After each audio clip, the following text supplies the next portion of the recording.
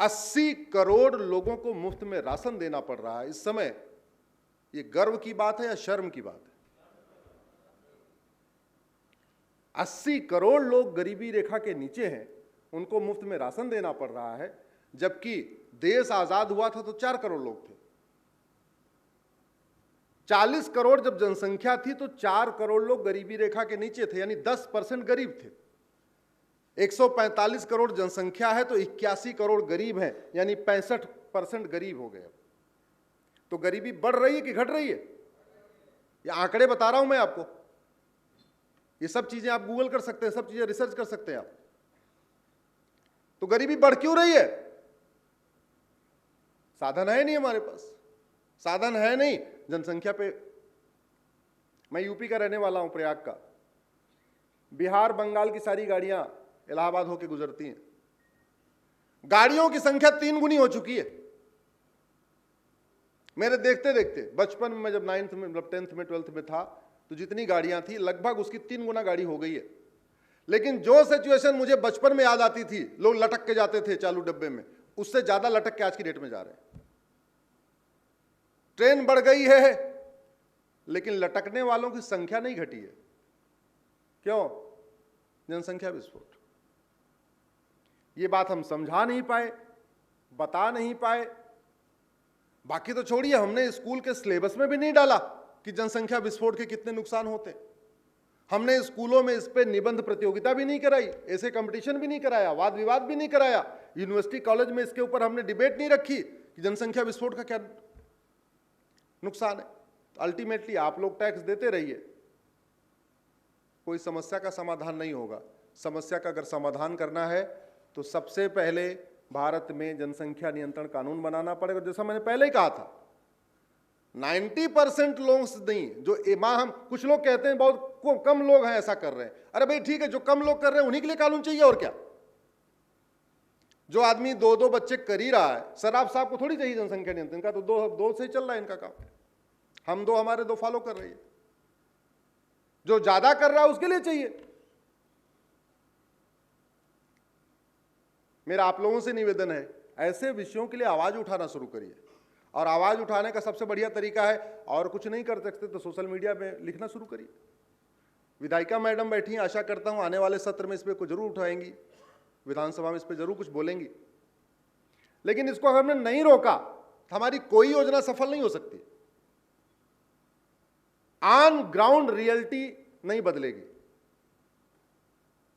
जब तक 2 करोड़ घर बनेगा, 10 करोड़ बेघर पैदा हो जाएंगे, तो 8 करोड़ लोग तो अभी बिना घर के रह गए ना।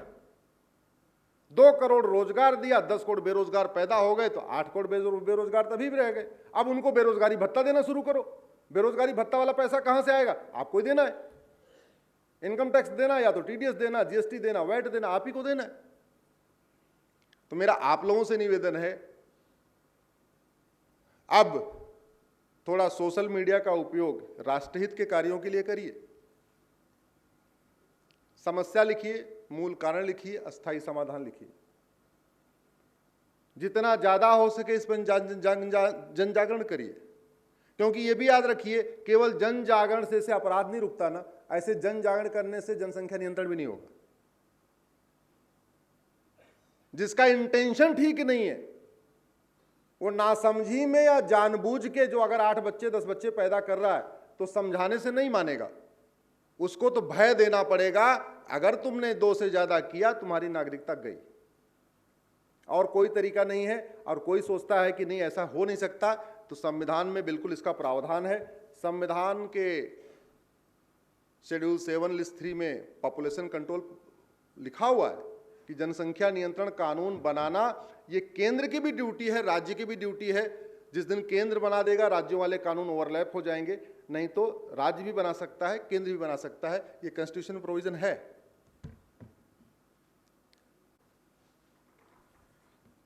राम राज्य की हो रही है, तो राम राज्य है क्या? वैसे राम राज्य ज्यादा समझना है तो आप उत्तरकांड पढ़िए। अगर मैं राम राज्य को 4 शब्दों में कहूं तो मेरे साथ जोर से बोलिए, धर्म की, अधर्म का, प्राणियों में, विश्व का। ये 4 वाक्य ही राम राज्य है। राम राज्य केवल समाज के जरिए स्थापित नहीं होगा, बल्कि शासन को भी उस राम राज्य स्थापित करने के लिए काम करना पड़ेगा।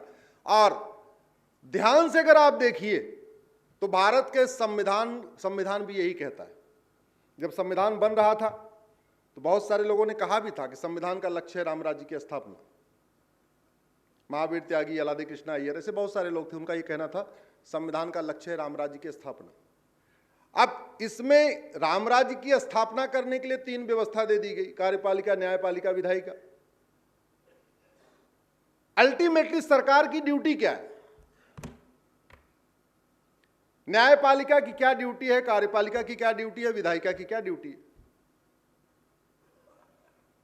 सरकारों की ये ड्यूटी है, कार्यपालिका, विधायिका, न्यायपालिका की ये ड्यूटी है, ऐसी व्यवस्था स्थापित करें जिससे धर्म की जय हो। कठोर दंड व्यवस्था लागू करें जिससे अधर्म का नाश हो। सरकार की ड्यूटी है ऐसी शिक्षा व्यवस्था इंप्लीमेंट करें जिससे प्राणियों में, सरकार की यह ड्यूटी है ऐसी व्यापार व्यवस्था लागू करें जिससे विश्व का कल्याण। पूरी दुनिया के कॉन्स्टिट्यूशन में विश्व कल्याण की बात नहीं कही गई है, संविधान के आर्टिकल 51 में विश्व कल्याण की बात कही गई है। इसमें कहा गया है सरकार की ड्यूटी है विश्व शांति के लिए प्रयास करें,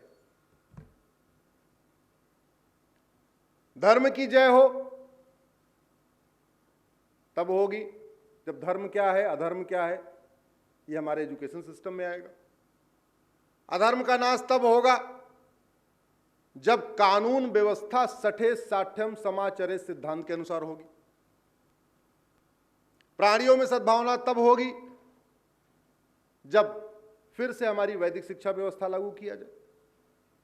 और विश्व कल्याण तब होगा जब एक व्यापार नीति हो, एक रोजगार की नीति हो, एक व्यापार संहिता हो। ऐसे व्यापार पे कंप्लीट प्रतिबंध लगाया जाए जो मानवता के खिलाफ है, भारतीय संस्कारों के खिलाफ है। भाई हुक्का बार खोलना, इससे कोई लाभ है क्या भारत को, भारतीय संस्कृति को, भारतीय परंपरा को? डांस बार से कोई लाभ है? बियर बार से कोई लाभ है? सुट्टा बार से कोई लाभ है? पता नहीं कैसे कैसे बार खोलते रहते हैं जिससे अशांति फैलती है। अल्टीमेटली जब अशांति फैलती है तो लोग पुलिस को गाली देते हैं कि देखो तो शांति स्थापित नहीं कर पा रहे। अशांति फैलवा कौन रहा है? जो लाइसेंस दे रहा है। और गजब का पाखंड चल रहा है। एक डिपार्टमेंट शराब खोलने की फैक्ट्री लाइसेंस देता है, दूसरा डिपार्टमेंट शराब बेचने का लाइसेंस देता है, तीसरा डिपार्टमेंट प्रचार करता है शराब पीना स्वास्थ्य के लिए हानिकारक है। कैसा मिला जुला खेल देखिए जरा। एक डिपार्टमेंट शराब खुलवा रहा है, फैक्ट्री खुलवा रहा है, दूसरा डिपार्टमेंट बियर बार, हुक्का बार, ठुक्का बार, सुट्टा बार, पता नहीं कौन कौन से बार का लाइसेंस दे रहा है, तीसरा डिपार्टमेंट कह रहा है शराब पीना स्वास्थ्य के लिए हानिकारक है, और चौथा डिपार्टमेंट पुलिस वाला पकड़ पकड़ के ठोक ठोक के उसके थाने में डाल रहा है कि शराब पी के गाड़ी चला रहे भाई तुम्हारा चला। जनता को आज तक समझ में नहीं आया। अरे भैया कहते नहीं न रहेगा बांस न बजेगी बांसुरी। शराब का लाइसेंस फैक्ट्री बंद करवा दो, सारा सिस्टम ही खत्म।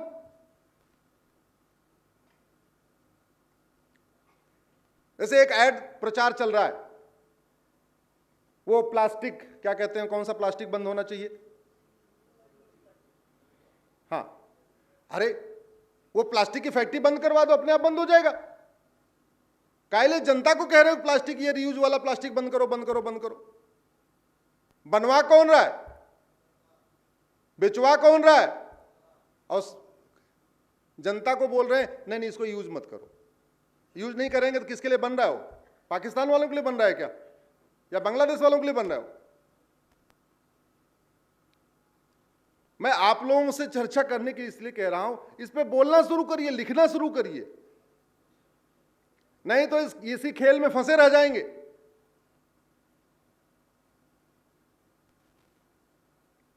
कैसे कैसे करप्शन को डिजाइन किया जाता है। ट्रेन में पहले टेम्परेचर डाउन कर दिया जाता है एसी के कोच का, जिससे आपको ठंडी लगे। फिर आपको कंबल दिया जाता है, कंबल ओढ़ लो। अरे भैया ट्रेन का टेम्परेचर बढ़ा दो, 25 डिग्री कर दो, काहे 18 रखे हो? बिजली भी बचेगी, कंबल भी बचेगा। और पूरी दुनिया में कंबल कहीं और नहीं दिया था, केवल भारत में दिया जाता है। कुछ दिन पहले तक पाकिस्तान में देते थे, लेकिन पाकिस्तान वाले चोरी करके घर लेके चले जाते थे कंबल, तो उन्होंने कंबल देने बंद कर दिया।